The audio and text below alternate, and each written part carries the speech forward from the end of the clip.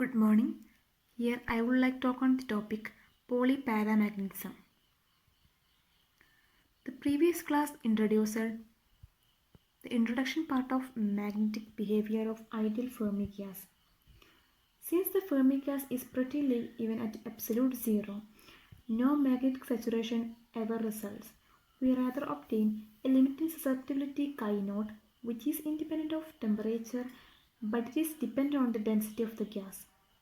Studies along these lines were first made by Pauli in 1927 when he suggested that the conduction electron in alkali metals be regarded as a highly degenerate Fermi gas. These studies enabled him to explain the physics behind the feeble and temperature independent character of the paramagnetism of metals. Accordingly, this phenomenon is referred to as polyparamagnetism. And now, in the presence of an external magnetic field V, the energy of the particle E equal to P square by 2m minus mu star dot P, where mu star is the intrinsic magnetic moment of the particle and m is the mass. And now we assume that the particle having spin half. The vector mu star will then be either parallel to the vector B or anti-parallel. Based on this, we have two groups of particles in the gas.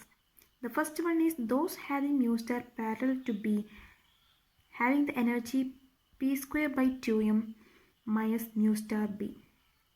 And the second one is those having mu star anti-parallel to B, having the energy P square by 2m plus mu star B.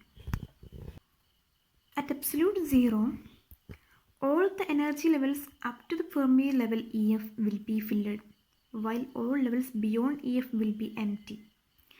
Accordingly, the first group of particles having the kinetic energy range between 0 and EF plus mu star B, while the kinetic energy of the particle in the second group will range between 0 and EF minus mu star B.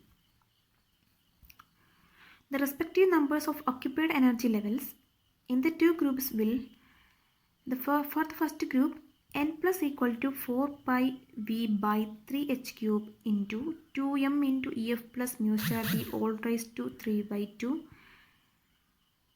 And for the second group, n minus equal to 4 pi v by 3h cube into 2m into EF minus mu star b all raised to 3 by 2.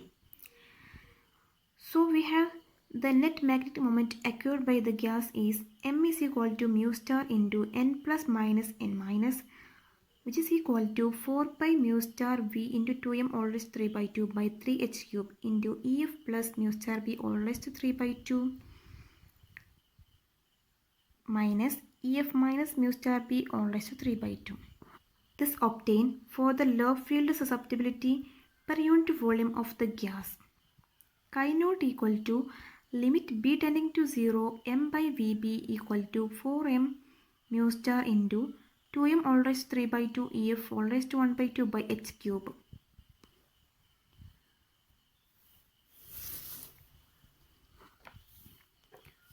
So, in for non-relativistic case, the EF equal to 6 pi square n by g all raised to 2 by 3 into h square by 2m.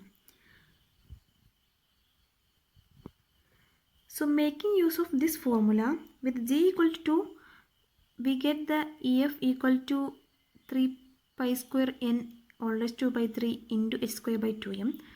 So making use of this formula with g equal to 2, foregoing result may be written as chi naught is equal to 3 by 2 n mu star square by EF. And we also learned in our previous class that the Curie law is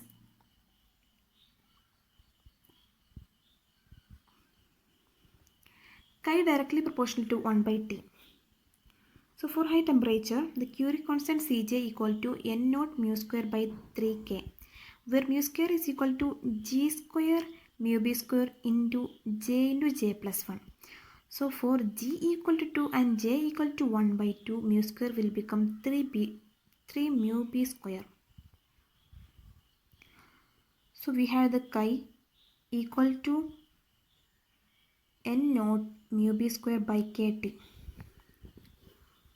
So for comparison, the corresponding high temperature result is given by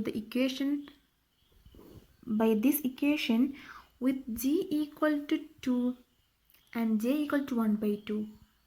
We got chi infinity equal to n mu star square by kt.